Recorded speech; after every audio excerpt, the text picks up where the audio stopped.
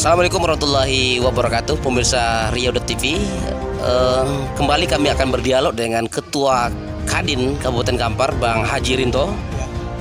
Kebetulan kita siang ini tertarik berbicara tentang persoalan yang terjadi di Kampar ini. Memang beberapa hari ini terjadinya penolakan, terjadinya gelombang aksi demonstrasi dari para pengusaha lokal, sehingga ini menjadi topik menarik bagi kalangan wartawan untuk dibahas.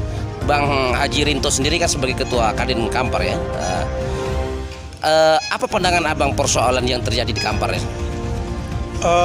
Assalamualaikum warahmatullahi wabarakatuh. Ya. Terima kasih Bung Abu atas diskusi kita siang ini dan atas waktu yang diberikan kepada saya untuk memberikan sedikit pandangan tentang kondisi dunia konstruksi di Kabupaten Kampar pada saat ini. Memang beberapa hari ini kita lihat di beberapa media persoalan konstruksi di Kabupaten Kampar menjadi perbincangan yang sangat hangat.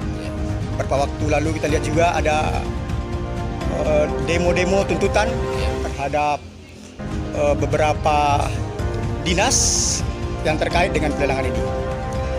Izinkan saya sebagai Ketua Kadin Kampar yang membawahi asosiasi profesi, salah satunya adalah Gapensi Kampar.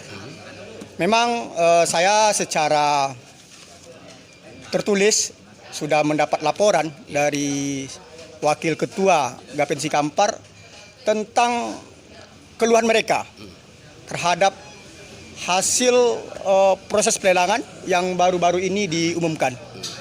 Karena menurut keluhan yang mereka sampaikan kepada saya bahwa masih kurang berpihaknya. Walaupun memang kita ketahui bahwa undang-undang memperbolehkan kepada siapapun untuk mengikuti lelang. Namun kita sayangkan pemerintah di Kampar, kalau kita melihat hasil pelelangan ini masih kurang berpihakan. Buktinya dari 39 paket yang diumumkan lelang, berdasarkan laporan yang saya dapatkan dari Gapensi ini, 13 perusahaan luar. 13 ya? Dan sayangnya untuk nilai-nilai kecil di bawah 300, di bawah 700 juga perusahaan luar. Aduh, gitu ya. Ini kita tentu sangat menyayangkan. Seakan-akan ini kontraktor lokal tidak mampu mengerjakan proyek-proyek yang sekecil ini. Ini juga menjadi catatan kita. Ya, jadi sebenarnya apakah ini ada permainan atau barangkali selama ini kontraktor lokal dianggap tidak mampu untuk melakukan sebuah pekerjaan begitu? Bagaimana pandangan Abang? Kalau saya rasa kalau kapasitas kontraktor Kabupaten Kampar saya tidak ragu lagi. Karena saya juga dulu banyak berkecimpung di dunia konstruksi. Kalau untuk pengusaha-pengusaha Kampar ini jam terbangnya bukan lokal lagi. Kalau provinsi saya rasa sudah banyak yang melakukan pekerjaan. Jadi kalau proyek-proyek hanya menengah ke bawah, saya yakin dan percaya kontraktor lokal mampu untuk melaksanakan kegiatan, apalagi yang kecil. Iya. Terus Bang, transparansi persoalan pelelangan proyek yang apa namanya istilah sekarang pakai apa namanya tuh? Pakai sistem elektronik gitu ya. Apakah bisa dimainkan itu? Apa menurut Abang? Kalau itu kita kurang paham lah tentang teknologi, saya kurang paham, saya tidak bisa mengomentari apa itu bisa dimainkan atau tidak. Jadi yang menjadi persoalan sebenarnya kenapa pemerintah daerah tidak memberikan sejumlah pekerjaan, bahkan yang nilai yang 300 juta saja kan itu didapatkan oleh pihak dari kontraktor luar. Nah, yang menjadi persoalannya apa sebenarnya ini? Apakah ada semacam hutang budi pemerintah daerah kepada pihak luar atau bagaimana? Itu kita kurang paham, Pak Abu. Apakah mereka, kalau saya melihat mereka tidak punya rasa keberpihakan kepada pengusaha lokal. Di tengah pandemi COVID-19 ini, di tengah menurunnya perekonomian, teman-teman pengusaha di sini tentu membutuhkan pekerjaan. Dan saya berharap pekerjaan-pekerjaan itu ya ke depan jangan yang besar-besar lagi. Kalau perlu pekerjaan itu besok dikecilkan saja semua. Di bawah 500 saja situ. Pecah gitu ya? Ya dipecah saja. Kenapa kita bikin proyek besar-besar? Kalau memang kita mau bersama-sama untuk meningkatkan UMKM ini. Kontraktor ini UMKM, Bang Bu. Ya. Karena dia masih omsetnya masih di bawah 10 miliar ke bawah. Ya.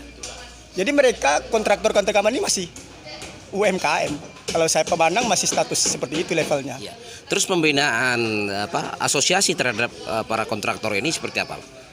Saya rasa kalau rekan-rekan di asosiasi profesi, kalau untuk komunikasi saya melihat sering melakukan komunikasi lah dengan pemerintah.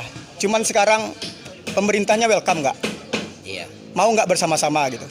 Mau nggak betul-betul memperhatikan kontraktor lokal ini? Iya. Kemudian begini Bang, yang ada di yang saya tampung di lapangan bahwa WLP ini harus semestinya independen. Sekarang di bawah kendali siapa ya di WLP ini? No comment saya itu, karena iya. saya tak mengenal itu. Iya, artinya memang ada semacam keberpihakan atau bagaimana ini? Ya, itu tadi saya ingin ada keberpihakan. Iya. Sebagai ketua asosiasi, sebagai ketua Kadin yang membawa asosiasi profesi, kita tentu ingin berpihakan kepada pengusaha-pengusaha kecil ini. Apalagi ini di tengah COVID-19. Ya. Mereka perlu diberdayakan. Bagaimana salah satu caranya? Berikan mereka pekerjaan, perkecil pekerjaan, nilai-nilai pekerjaan, jangan diperbesar-besar, biar semua merata, biar semua dapat. Seperti itu, jangan dicetuskan proyek-proyek besar juga di sini dulu di Ya. tengah COVID ini. Terus begini Bang, ada nggak aturan berapa persentase antara pengusaha lokal dengan pengusaha luar untuk soal pekerjaan ini? Sebenarnya tidak ada, Bu Amu. Memang aturan undang-undang membolehkan siapapun untuk masuk menawar, apalagi ini pelelangan secara elektronik. Ya.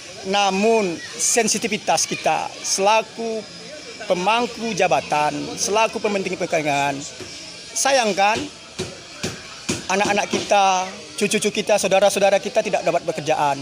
Sementara yang lain dari luar mendapatkan pekerjaan. Mereka di sini juga susah. Kasih dong kesempatan. Itulah sensitivitas. Itu yang perlu kita sebagai pemimpin itu seperti itu. Oke, terima kasih Bang Rinto Terima kasih. bincang-bincangnya. Saudara pemirsa, inilah bincang kami bersama Ketua Kadin Kabupaten Kampar Bang Rinto.